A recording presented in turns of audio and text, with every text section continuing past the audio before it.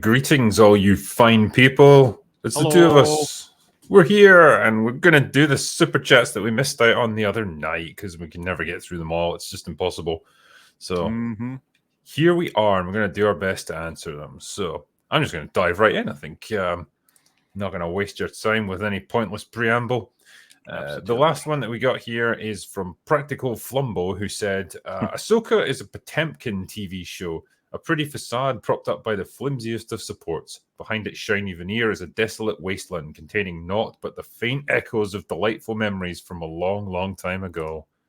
That's a very flowery way of putting it. I would just say it's a piece of shit. It's just terrible. I don't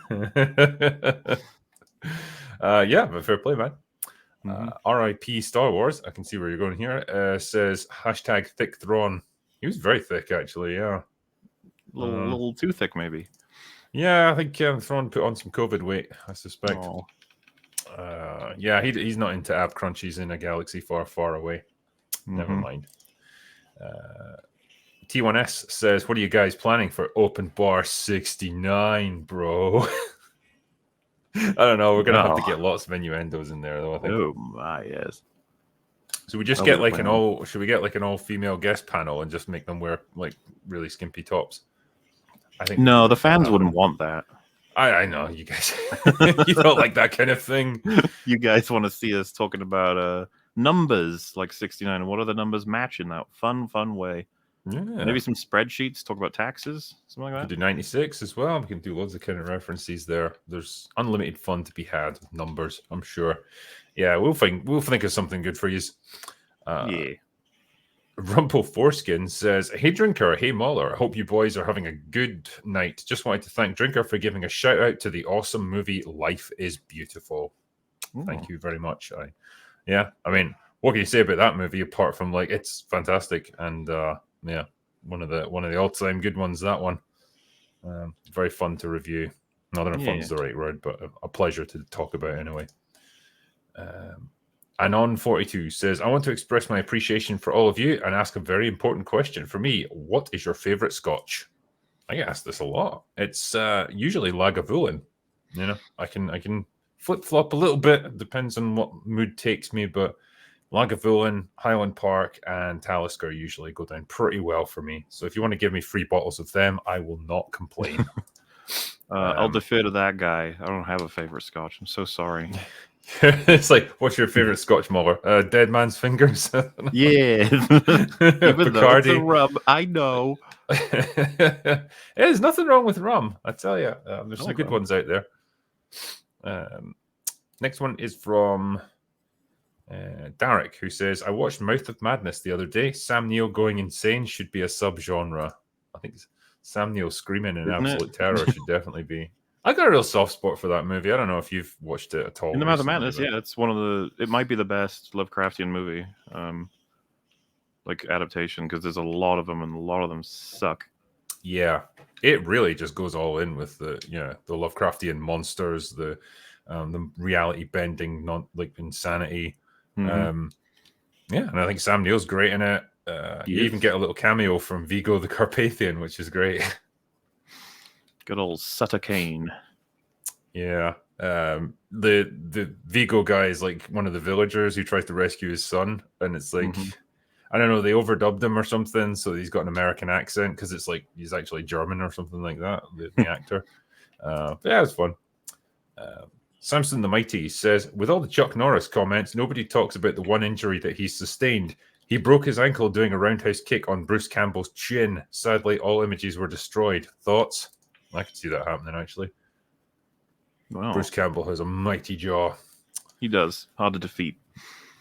Cost Billingham says, big ups to the Law. Yeah, Johnny Law was a good guest. We could have him on. Yeah. Cannon Folderall says, execute Drinks Order 66. 2 Mai Tai fighters, a Kessel rum, a Wookiee sour, 3 gin and Jedi, and a small glass of thermal exhaust port, vintage 77. Cheers. I'm gonna cheers to you. That was a pretty good one. Well done, man. Michael Batty says, what makes Disney Star Wars great? the Schadenfreude it produces in you all, especially the EFAP crew, is delicious. Hashtag Tano Tuesday. Hashtag Filoni is God. Hashtag Star Wars is back, baby. Saved and saved and saved again. If only I could say it in that the robotic voice that you used. It's just great. Star Wars is saved. Yeah, David Filoni. Filoni. Yeah. Derek says, what are some of your favorite scenes with extreme badassery? I'd say Gene Hackman grabbing the guy's balls in Mississippi Burning. So, yeah, badass scenes of characters just absolutely owning other people. A lot of them would be like introductions. I mean, one of the classics would probably be Darth Vader strangling the guy at the Empire meeting, like that council they have. Yeah. Yeah, probably like Clint Eastwood in practically every Western that he's in. The Dirty Harry movies as well. Yeah, I'm sure the first time you see him is like in the middle of like he kind of walks into a restaurant where like the guys have taken the customers hostage and like they're trying to keep it cool, like he doesn't realize or whatever, and then it just turns out into this kick-ass shootout. And I think that's where you get the line about like, yeah, go ahead, make my day. It's brilliant. He's a nutter. A good guy. Yeah. What's the next one? Grant says, just for fun, which Ms. Marvel do you think will be best and worst in the upcoming movie? And what do you think the global box office will be? So lower than Ant-Man is my assumption. Yeah. Box office now, of course. So I'm going to put it at between 200 and or 350. If you try and narrow it down, I'll go with 300 million. Wow. Yeah. I mean, that's low. Like I was kind of thinking around 400, and I thought I was being quite harsh. But maybe that's more reasonable. I might be. What was that? What did Ant-Man end at? Was it just under 400 or was it just under 500? 450, I think. Okay. Ant-Man 3. In that case, I'll go with 350 for the Marvels. Could be wrong, of course. There's plenty of things that work against it and for it, but like it just seems like this was the worst idea at the worst time. So. Yeah. So Ant-Man 3, just for reference, was 475. So yeah, I could see it doing 400 or thereabouts. But yeah, I wouldn't be surprised if it went beneath that. And in terms of who's going to be best and worst, I think probably Kamala Khan will be the best, or at least the most likable, because the actress seems generally pretty nice, and the character, I guess, is going to be quite bubbly and just excitable. So she'll have a personality, which immediately ranks her above the other two. In terms of worst, it could be what's the one that goes all flumpy and like bullets and stuff will pass through her? Damn it! Why am I blanking on her name? she's so forgettable. Like we can't even remember her name. I'm trying to remember Rambo. Yeah, Monica was the mum or the daughter. Monica and something Rambo. I think the mum was Monica. Maria, I think. Oh yeah, there you go. Oh, is the mum? One of them is Monica and Maria. Is the two of them? Yeah, I don't have to be more specific than that, but yes. I think she'll be the worst on the basis that like she's got the least character development so far, and I don't know, like she just doesn't really seem to have much to her. So probably that, and then I imagine Brie Larson will be somewhere in the middle. Back then and back again says, hey guys, if you had to choose, which murder weapon would you rather be, Abby's golf club or the script for TLJ? Tricky. The golf club's quicker. And I mean, which of those weapons did much more damage to the world? It's hard to say. Probably the TLJ script. Yeah, that's true. Yeah, so on that basis, do we want to be her golf club because she does less damage? Or... I guess so. Yeah. I think I'd rather be a golf club than a series of pages, you know? Well, I'm starting to get back into golf again. I'm starting going to the driving range again, and it's quite good. I like it. There you go. So I'm going to retire one day and just golf. Samson the Mighty says, Drinker and Mauler, we need a future panel with Doomcock, It's a Gundam, and Voxus Productions, aka Professor Tosspot. Ask them and let's make it happen with all the awesomeness that it will bring. Yeah, I mean, that would be a great thing to do. It's just some of these guys are not as available as others, particularly Voxus. Like, he is a difficult guy to get a hold of for live streams and stuff because he has to put in a lot of work for them, if you know what I mean. Yeah, he's got a lot going on. But yeah, I had him on Happier, I think, and he was great. I really enjoyed having him on. So yeah, I'll certainly ask him again, see if he's up for it. And it's a Gundam. I know he's like, generally his sleep schedule is kind of screwed, and he's super busy as well with video production. So we have him on when we can. We do our best. Guy who can't grow a beard says, first super chat I've ever sent to anyone. Oh, thank you. Completely accidentally stayed up tonight and inadvertently ended up joining my first live open bar. Life isn't life great? No, thank you, man. Appreciate the donation. And I hope you enjoyed the open bar. Yeah. Night King 1 says, I saw Mauler's video and now I recommend The Sopranos even more. The episode where Tony deals with his inner thoughts battling mortality is the best. Nice one. I've heard a couple people say that this Sopranos episode that would be relevant. So it's like, oh, okay. A lot of shows will have that one episode that kind of matches. It's a decent sort of formula for exploring characters. That's how it struck me when I was watching it. I was just like, what a waste. Yeah. Barry Ryan said, this is hard on my 6th day of being sober. And then you tuned into open bar. Sorry, man.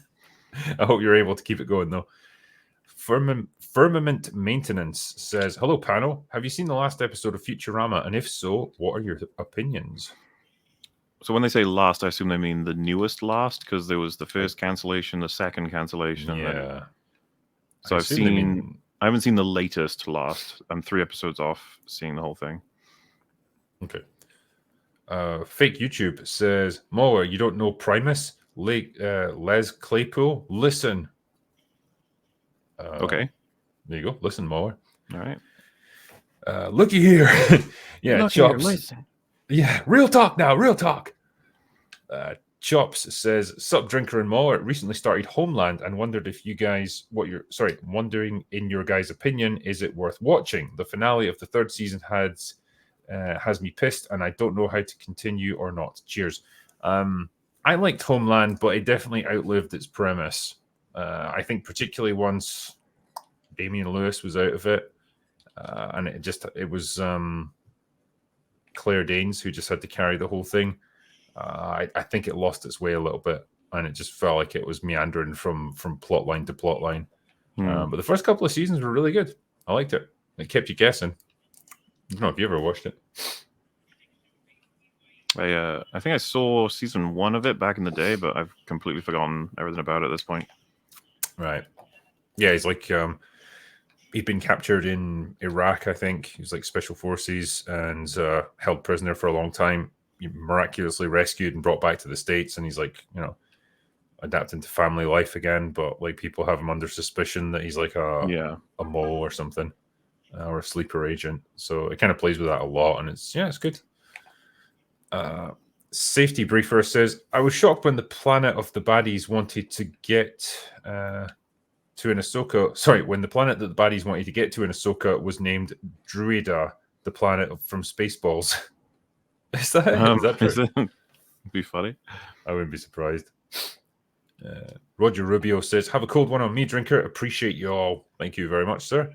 Grant says, where does Ahsoka rank among Star Wars content? God.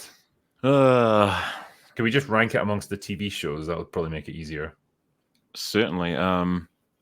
Yeah, well, I mean, it's not in the Andor section. It's in the other section. the Kenobi Boba Fett section. Good shit. Like the rest of them. It's above Boba Fett for me. It's above... I don't know. Is it above Obi-Wan? I think it might be, actually. Just slightly. Probably, yeah. Yeah, I feel like that's fair because of Balin and,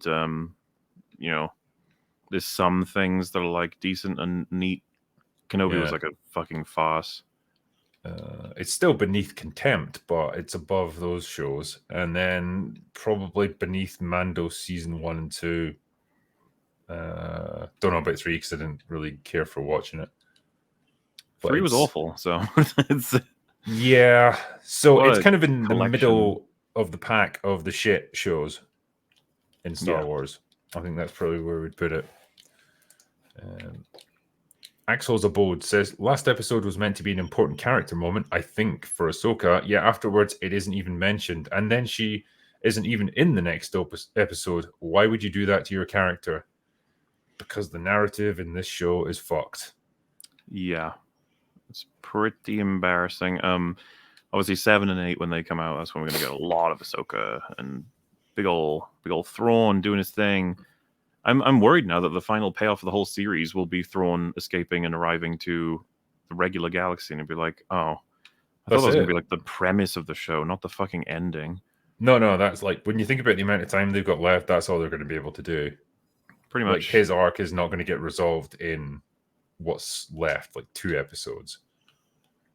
So yeah, it's all just about setting it up for season 2. And I tell you, man, I heard those rumors that those witches of Dothraki or whatever the fuck they're called, they're going to cast a spell that's going to nullify the Force, and it's just going to be their witchcraft stuff that's going to be the magic. What a wild and stupid plan! If that's actually what they do. Yeah, well, wild and stupid is what we've got now with Star Wars. Cannon Folderall says, the reactors entered YouTube under the childish delusion that they were going to take content from everyone else and nobody was going to take content from them. I know, it's ironic that, isn't it? Yeah. I don't think that's ever going to tire on anybody, the fact that someone like that could come after someone for their copyright. It's just like, you must be joking. Especially when it's like you produce like the most bottom tier lazy content imaginable, and it's like you're still going to get pissy when other people use a tiny chunk of it. It's nuts. JR16 says there was always going to be another season of Rebels. It's just not going to end with Thrawn and Ezra in another galaxy with nobody knowing where they are. Yeah, that's basically what we got. GTI Warrior says, gents, we need a review of The Warriors from 1979. Yeah, there's a... I actually watched that not that long ago, just a few months back, and it's a fun little movie. It's I like the bad guy's motivation for the whole thing, where he shoots this like gang leader, and then you find out he's just like, I just like doing stuff like that. That's his whole motivation. But yeah, it's very, I don't know, what do you even describe that as? You know, that kind of feel that low budget movies had in the 70s, just like very grungy, like the streets all look very dirty, and it's just like everything's dilapidated. You know, New York just kind of looks like a post-apocalyptic war zone. Yeah. It probably has a name. Yeah, I mean, urban decay was just a big thing in 1970s movies, I guess. Like that's just the mood of the country. I feel like the 70s must have just been a depressing time to live in, man. And if you didn't have that, you had disco to contend with. So Jesus. Tough times indeed, but yeah, I like The Warriors. It was a fun little movie, definitely a product of its time, that's for sure, but enjoyable all the same. Samuel Myth says, would Thrawn be more suited in show akin to Andor? Yes, because they obviously want to build him up as this super intellectual villain who's very calculating, very ruthless, you know, thinks 10 moves ahead of everyone else.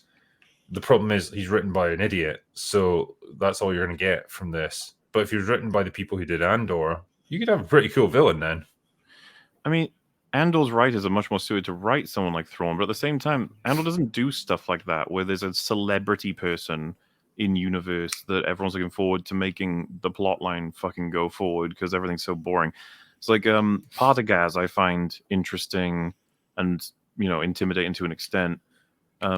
And he's brand new, and it's just like, well, yes, because they're treating him properly. I don't need a like, don't worry, everybody, Thrawn's coming. He'll make things better. It's just like, what the fuck?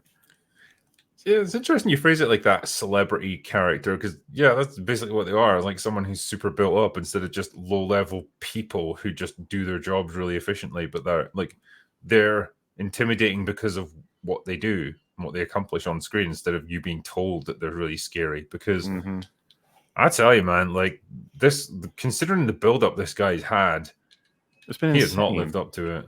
He's been mentioned for ages. Then there's in the trailer they're showing all these like vague shots of him that are quick, and you're like, you know, ending the big trailer on a shot of him that everyone thought was like, looks like Elon Musk. It was just interesting. Yeah. But ultimately, he's here now, and he's talking very quietly, and he walks around a little awkwardly, and he's already made several big decisions that I don't understand at all.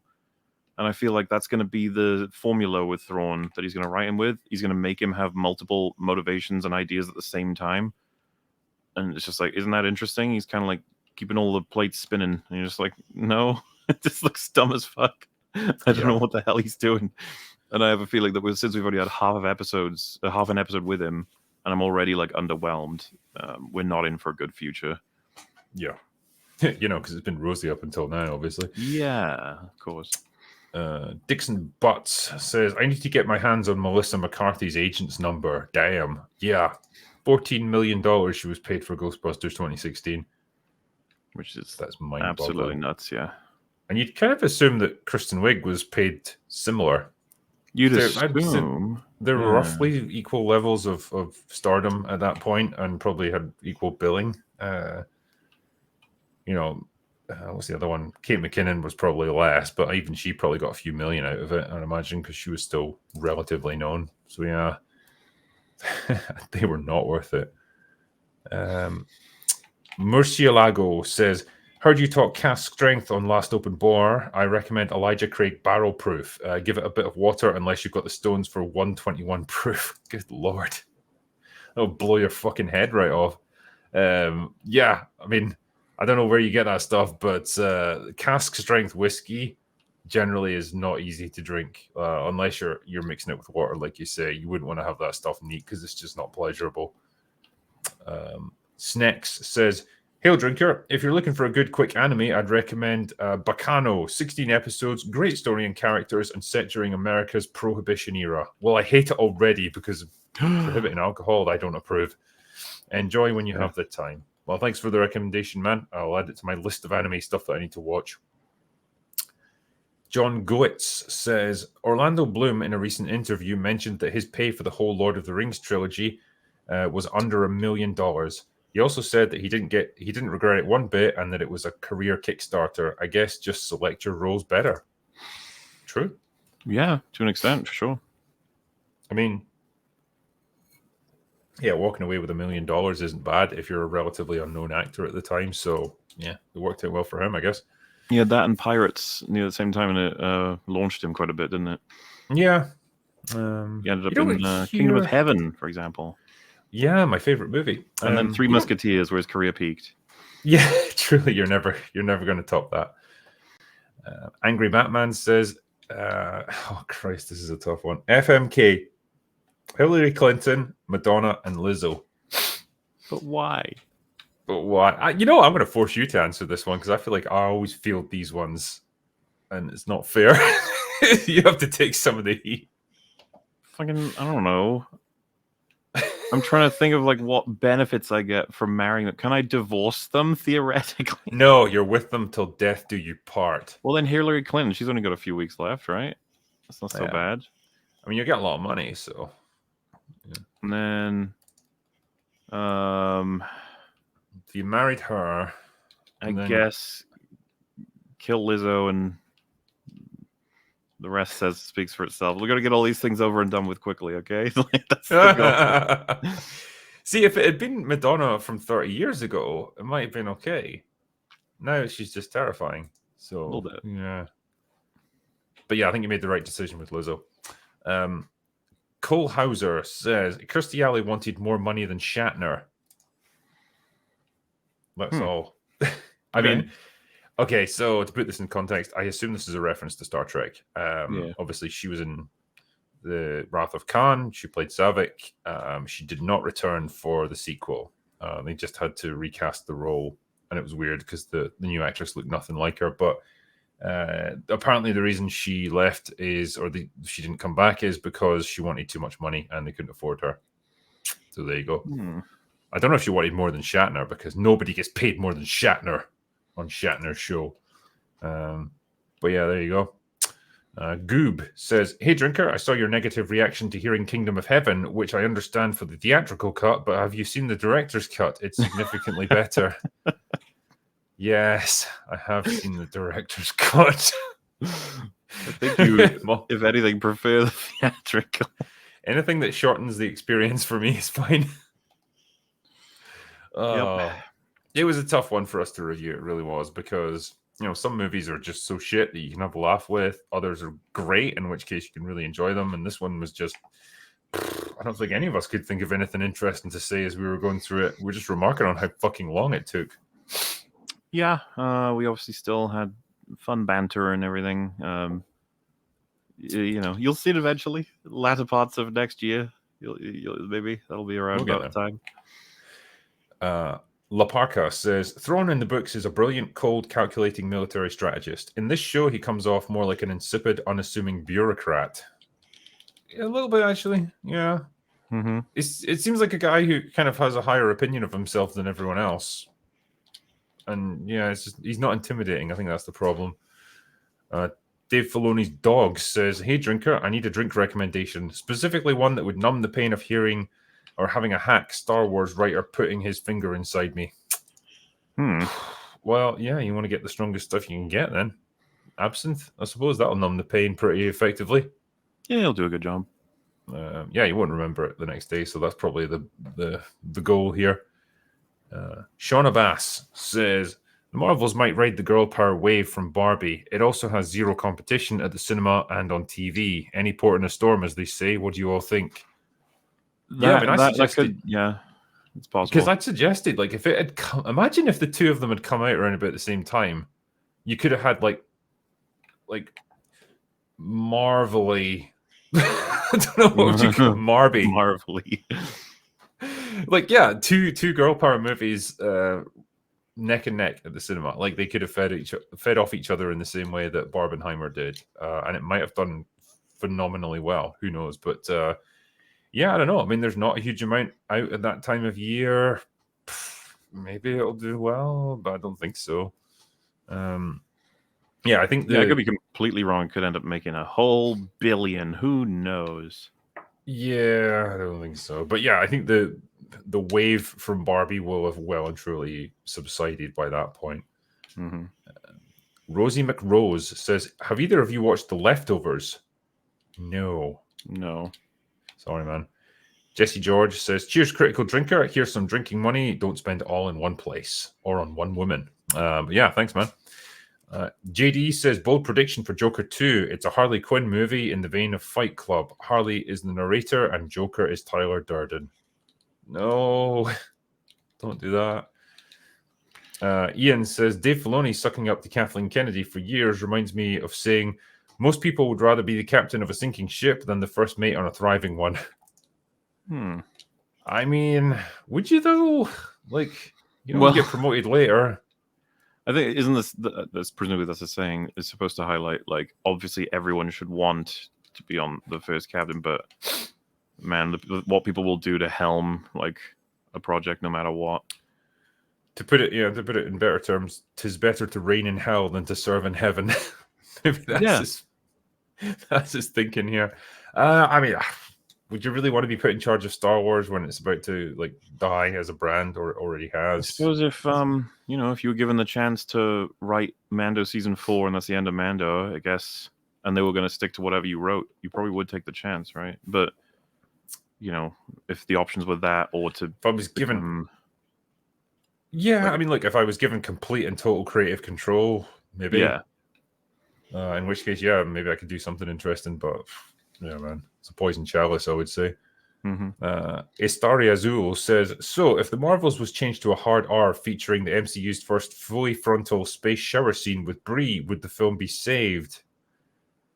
I don't know, man. Seems unlikely that they do that, but I mean, it would be it'd be a bit of a pivot, I suppose. If it just evolved into like R-rated sex scenes and stuff. But may as well give it a shot, I guess. Would it save it? Would it help? At this point, it's probably not, because the audience wouldn't even turn up then, would it? Like it's if you're going to try and quote like the feminists and stuff, you're probably not going to impress them with stuff like that, I guess. When you age out a lot of audiences that could go and see it, so yeah. So yeah, I don't imagine so. Devin Howard says, I'll be honest, I enjoyed Thrawn. I would like to see more of this, his tactician and artistic side, though. Timothy Zahn wrote the character beautifully, so I really hope they don't alter him too much. I wouldn't hold out much hope if I were you, sir. Primarch Vulcan says, Thrawn looks like Elon Musk in blueface. Yeah, that's a lot of people have been saying that. OMG Puppies says, what do you think of Roddenberry's other sci-fi, Andromeda and Earth Final Conflict? Kevin Sorbo was popular in Hercules, but got cancelled for being Christian conservative. He makes his own films now. I watched a bit of Andromeda, and it never quite grabbed me, if I'm totally honest. Like, I don't know if it was maybe the production values and stuff weren't great on it, but it just felt like a sort of cheaper, goofier version of, what could I even call it? Like Farscape or Stargate. Like, the shows were kind of roughly around the same time. In fact, I think Michael Shanks actually left Stargate for a little while to be in Andromeda, I think. So they were running roughly the same time period, like early 2000s. But yeah, Andromeda didn't really grab me, I'm afraid. And I didn't really watch Earth Final Conflict. I have not seen either. Real Tanku says, on Ahsoka episode 6, there's one shot of the Star Destroyer docked onto the obelisk. Take a second look at it, really look at that one shot and laugh. Yeah, Gary said it's like some shitty sex scene or something. like it's riding it. I think Rag said it looked like someone's putting the finger up the bum of the Star Destroyer. What is the deal with that Star Destroyer, right? Is it a damaged one that's been kind of patched up, or is it like one that's been cobbled together from whatever things they could find in the other galaxy? No clue. Okay, cool. I'm glad we're on the same page with that one then. Yep. Joey R says $10 American for Johnny. Cheers, man. Peter Ski says, Critical Drinker, really enjoyed your books. Blacklist currently. Which one are you the most proud of? Also, the audiobook narrator is really good. Thanks. Nice one, thanks. Most proud of? Probably either Betrayal, which is the third one. I just thought that was a neat story that tied up a lot of plot threads and had a lot of decent twists and turns. Or Something to Die For, the final book in the series, because I had to tie together a lot of stuff with that final book. And it was really cool to be able to write scenes that I'd planned like 10 years earlier. So, yeah, I'm pretty proud of that. I think I did okay with it, if I do say so myself. So either of those two. Cinetic says, the Thrawn we wanted. Stoic, commanding, badass. The Thrawn that we got. Geriatric dad bod grandpa. Hell yeah. I mean, he's not quite grandpa, but yeah, he's not in peak condition. Vitray says, they basically turned Space Rommel into the captain from down Periscope.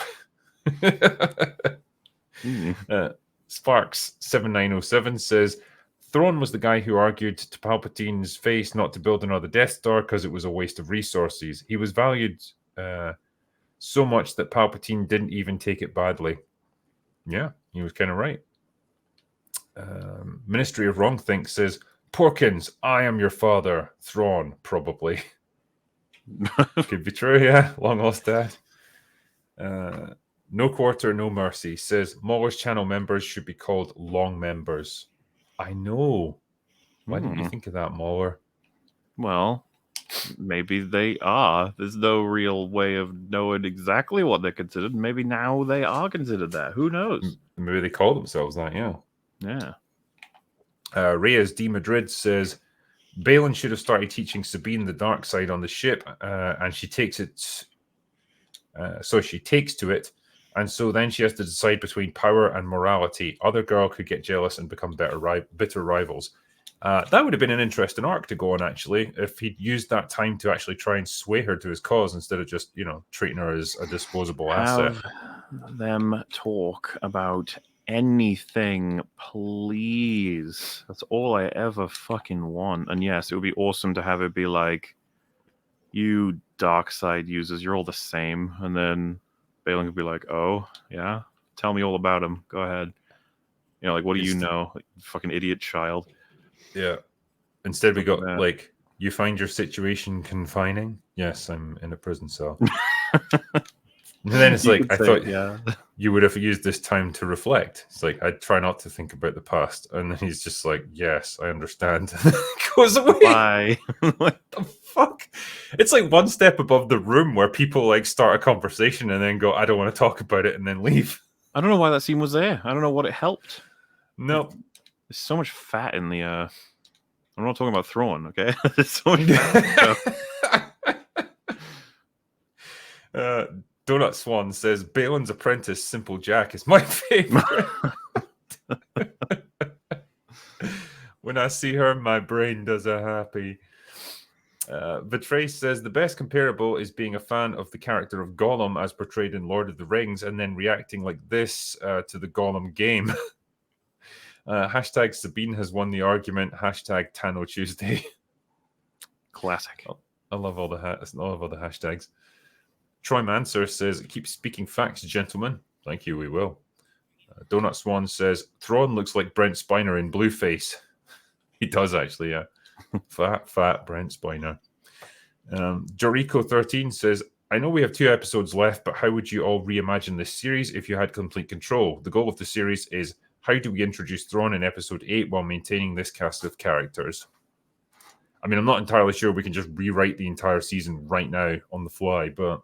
No, and to be honest with you, when you're like, how am I introducing him? It's like, well, where is he? Like, as a writer, what am I picking up for after the last writer? And it's like, oh, you know, he's just in a different galaxy because he was in a whale. Yeah, I would not use the space whale thing to yeah, get I'd him be like, back. what are you insane? Like, how am I supposed to, what am I going to do with that? Like, yeah, I probably want to try and introduce him as just being in a distant area, and we're not going to talk about the space whales. I love that they actually called them star whales as well. Like, oh my god, you're actually just embracing it. Mm-hmm.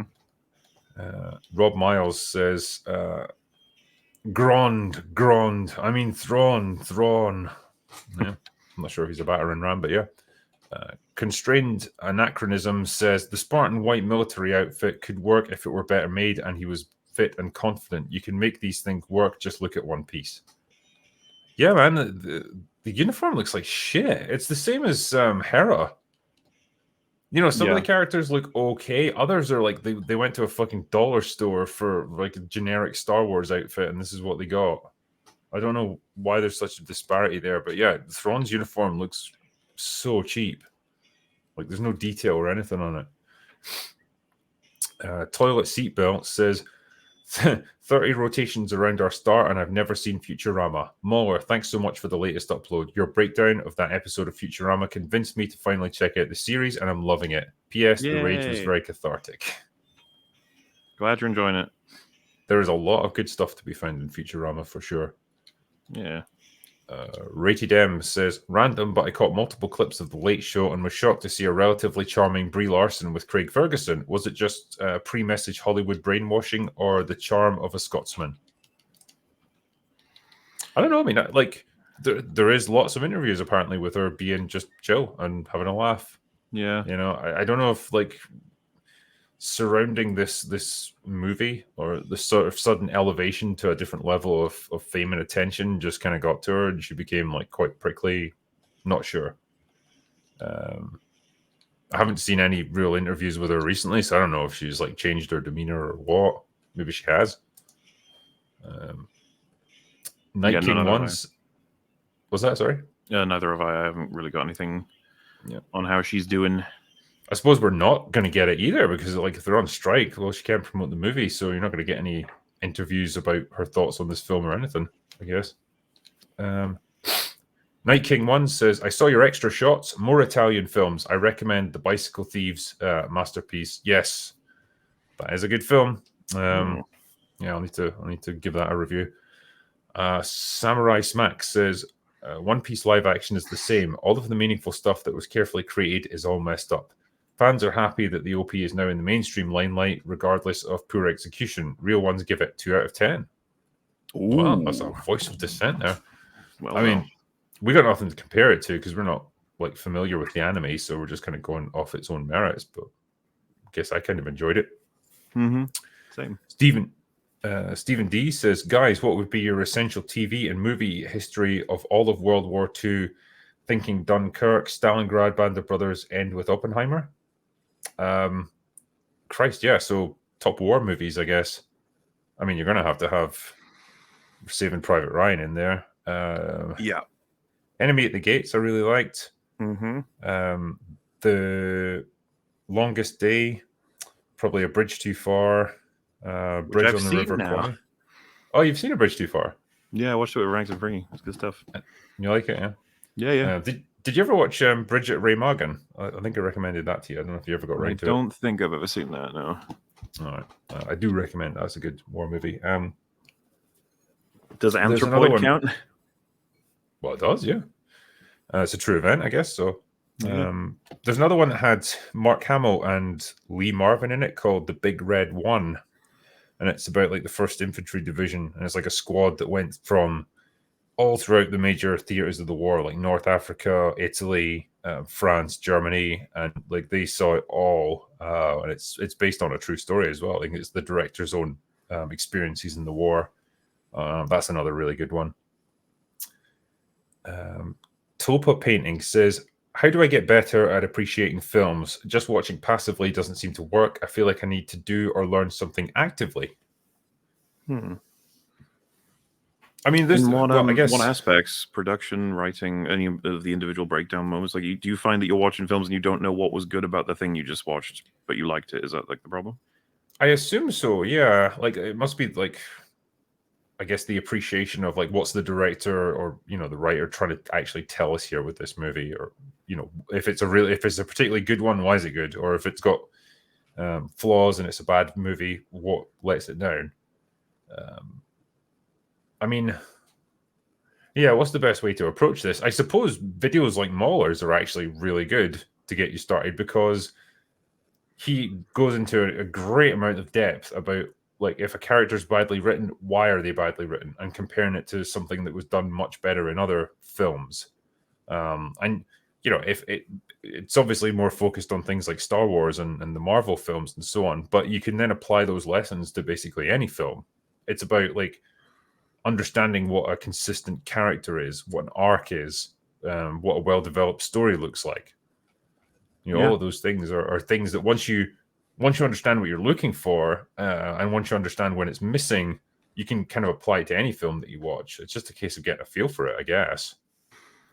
Yeah, I would need to know in terms of giving advice what they're exactly looking for. But if it is just like noticing good writing, it's just a matter of how many variables were they balancing while also maintaining like a coherency, and can they surprise you even with that and create some scenarios that you've not even seen before in media and stuff. There's all these extra things that come in.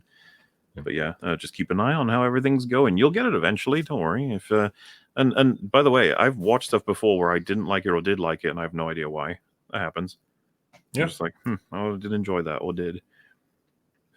Pooty Evans says, how did they get Rosario Dawson and not let her act? My God, she's the one who taught me that in the heat of the moment, it's forgivable to go ATM. I mean, yeah, she's a good actress. It's like either she just phoned it in for this one, or this is what she was told to deliver. I don't know which, but I mean, everybody keeps mentioning we all know she's better than that. So nobody's. I don't think anybody's going to be like, oh, she sucks now. It's like, no. Some Norwegian guy says, I sort of get the writers fearing replacement, but why are the actors afraid of AI? Don't they own their own likenesses? Not necessarily, because a lot of the contracts that you were seeing, or the issues that were coming up, were particularly for lower level actors like extras and background guys and stuff. They might appear in one film, their face gets digitally scanned, and then they can just be like replicated into countless other movies in the background. They don't get any credit for it. They don't get paid for it. So yeah, like AI can absolutely do that to you once it's got your likeness. So I can see why they're like, yeah, this is shit for us, because you're essentially making us obsolete. And it's a matter of, I think, if you let them have anything, you're like, what's this going to look like years from now, 10 years from now? What are they going to use this contract to do? Yeah. You can't really know where we're going to be. And so that's part of like, I think that the first time this ever came up, can we use your likeness in future for your character that everyone loves? I'm sure the actor was like, of course. Yeah, we'd love to bring it back to life. But now we're like, wait a minute. wait, hang on. What does that mean? Like, what are we looking at here? What's going to happen? Yep. Timmy04 says, what are some of the best child performances in movies that you've seen? The number one for me would have to be the girl from Train to Busan. Oh, yeah, she was excellent. I don't know, Christian Bale in Empire of the Sun, maybe? That was a good one. I'm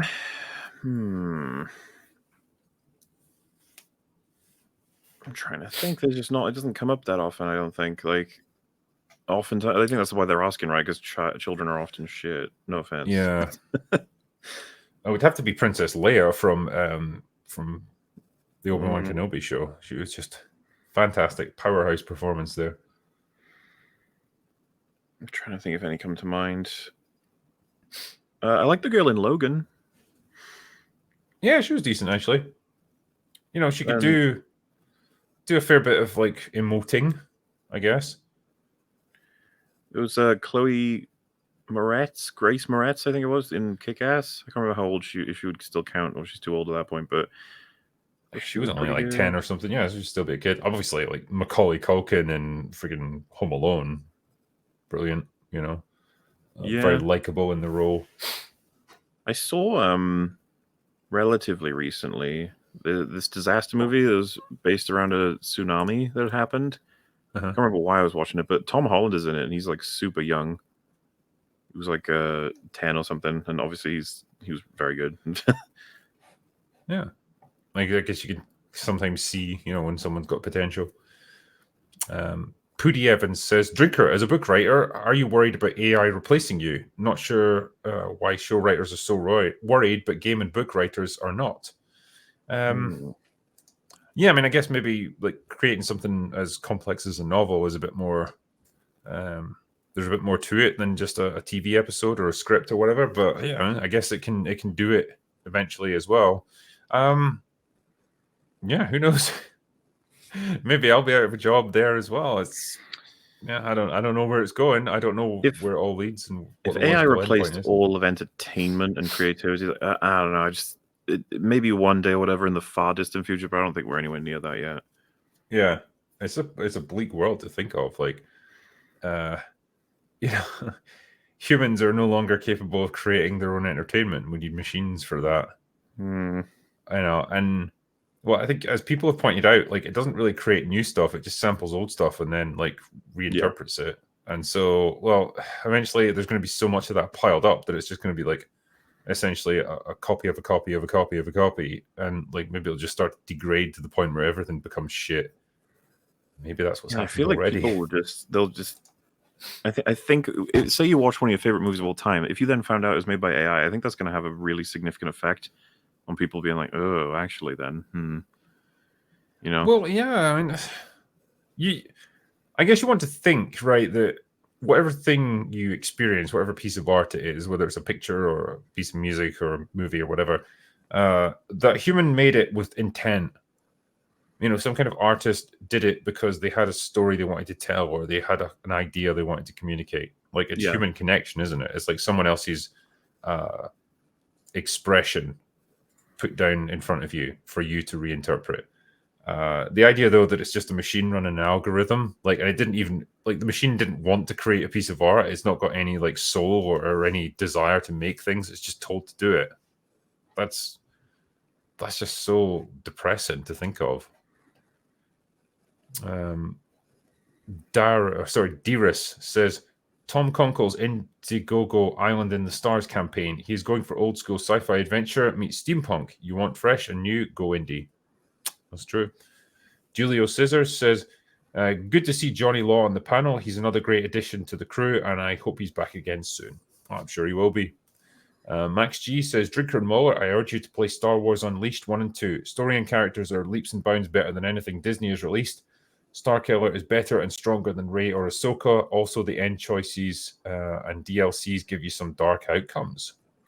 Fair enough. Sounds good. Played both Unleashed 1 and 2. Wasn't as much of a fan of the second one. I felt like it was a very iterative version of the first. But always remember enjoying the first. Not sure how well it would hold up if I played it today, but I always have fond memories, you know. Those days, the Star Wars IP was healthier. It was a good time. Yeah. Nelson Chirita says, You can have fish people and snail phones, and the world works if the rules are consistent and the characters treat the world as real. Not that hard. Very true. Jared Schaefer says, non-anime fan here, but I have to recommend Full Metal Alchemist Brotherhood for you. You'll be shocked at the depth of the characters, the quality of the writing, and the uniqueness of the story. Yep, that seems to be the front runner, I think.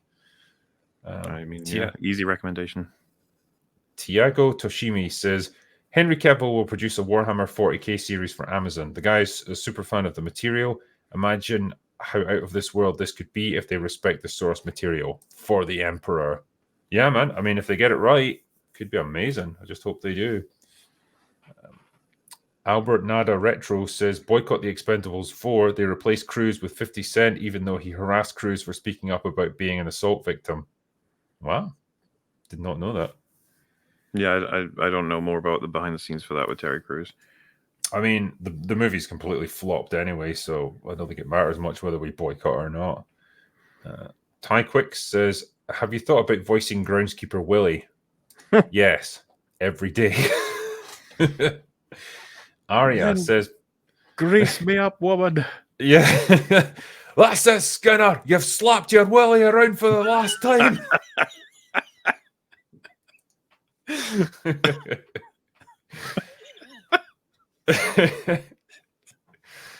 Arya says, for what it's worth, the OP manga is a lot less overt. They felt the need to do that because they kind of speed ran the character's development and the plot. Okay, fair enough. I mean, they've got many more seasons, I'm sure, to expand on this stuff, so maybe they'll get more then. Yeah. Do you remember Scotchtoberfest?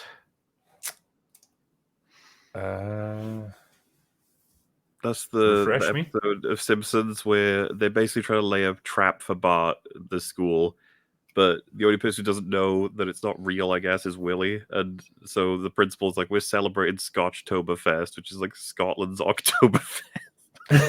And then Willie's there and he's like killed and he's really happy, and then Bart gets tricked, he's caught, and Skinner goes, there's no such thing as Scotchtoberfest. And then just cuts to Willie and he goes, you used me, Skinner. You used me.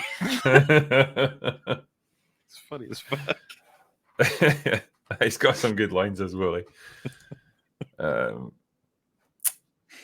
the next one? Spectre says, question for the panel. Can you please recast the inevitable woke remake of Father Ted? Also, what would be the plot of the first episode and how will they work in the message? I think we got this one on the other night, actually, because it just came in towards the end. Yeah, I would make everyone, they would all be female priests. They'd all be gay. And the plot of the first episode would be about how the Catholic Church is horrible and needs to be disbanded. I think that would be the only way to remake it. Call sign Alucard says, FYI, critical drinker, epic fail not reading Starship Troopers. It's on the damn officer's reading list for military for a damn good reason. Correct yourself. Wow. Is it actually expected reading for officers? But it's also interesting because of the whole adaptation thing. Like, if you read the book and then knew that was the adaptation, it's like, how does that play in? Because one would probably call it entirely disrespectful to the book, but hey, it's about interpretations. I mean, apparently the third Starship Troopers movie, which is like the really low budget one, is like more accurate to the book. Yeah, because like they're wearing power armor and stuff, and it's like the actual mobile infantry tactics that they use. So yeah, I guess the movie just went down a totally different path with it. Desiroku says, I dropped cheese on the floor. I kicked it under the dishwasher. My mum found it and yelled at me. As a Scotsman, what is your opinion on Trainspotting? That was a really neat segue there. It's an adventure. It really was. I hope the cheese was okay. But yeah, as for Trainspotting, I mean, like, fine, I guess. I guess it's so heavily tied to Scottish culture now that I'm kind of sick of it. Like, it's a movie about really shit people doing shit things and living shit lives, and so it's kind of hard to get like enthusiastic about it. But it definitely captured that feeling of Edinburgh at the time for sure. Briticus says Disney already had the best Thrawn, Tom Hiddleston. That would have been quite good, actually. Winky Wanky Woo says, make Johnny Law say the freedom line. Oh, I'm sorry, he's not here. Ursus says, Critical D, please read the Robert Heinlein novel Starship Troopers, and then compare and contrast to the movie. There is much that differs in the novel to the movie. Thanks for the vids. Thank you. Everyone's at me to read that book. Damn. Ace Degenerate says, hey guys, I've been watching EFAP, Open Bar, and others for a while, but this is my first super chat ever. By far the best facial hair was Henry Cavill's in Justice League. Love Mauler's new video, by the way. Thank you. Yes, unbeatable facial hair. Oh god, that I kid you not, right? You know, you've got the stills from that like little video camera bit at the beginning of Joss Whedon's like it's just like him opening his mouth and it's completely fucked up and out of sync with his face. It never fails to make me laugh. You know what's crazy why. It's just too so is stupid. All of that garbage nonsense happening with his lip. It distracts you from how funny that moment is in terms of meta. Joss Whedon opens the film with trying to make Superbad look vaguely relatable. He's like, oh, hey, you got me on your phone there. Like, it's like, oh, Superbad, what are you doing? He's like, oh, I'm just trying to help out. And so, you know, like, because you could tell with Joss Whedon's injections, he was just trying to add wholesome humanity sort of stuff. Obviously, it was ill-advised and it completely clashed and it was a completely fucked up film. But like I said, people barely talk about it. I was too distracted by the fucking lip. Yep. Do you remember the lines he has when he comes back, Superman? He's like, is this guy bothering you? And then punches Steppenwolf. Yeah. Because he makes a reference to like truth and justice as well, doesn't he? I'm a big fan of justice, is what he says. Yeah. And again, like you say, it's Whedon desperately trying to just put some humanity in some old-fashioned like you know, gee whiz, idealism back into Superman after Snyder fucking making him the most depressing character in existence. Right there, villain. Yeah, and it's almost like, oh god, I kind of almost like this if it wasn't so shittily implemented. That was a whole mess. But yeah, the lip thing was just fucking hilarious. Chop Sucky says, Robert A. Heinlein was one of the three fathers of modern science fiction. You should absolutely read the Starship Troopers book, with the core being the hist and moral philosophical course that Rico has to take twice in the book. Okay. Yeah, I mean, I think it goes into a lot of like detail about how the world's government has come about, like the Federation, how it's this like crazy like fascist military organization. And last of all, Cost Billingham says, big ups to the law, super chat to help with his electricity bill. Well, he will not get that. But yeah, thank you, man. Appreciate the donation. And that's the last of the super chats. So thank you, everyone, for joining us for this one. Hopefully we've been able to answer your questions. And yeah, the next time you see us, we'll probably be on Open Bar later this week. Yes, sir. All right. Well, in the meantime, we're going to go away now. So bye. That's that.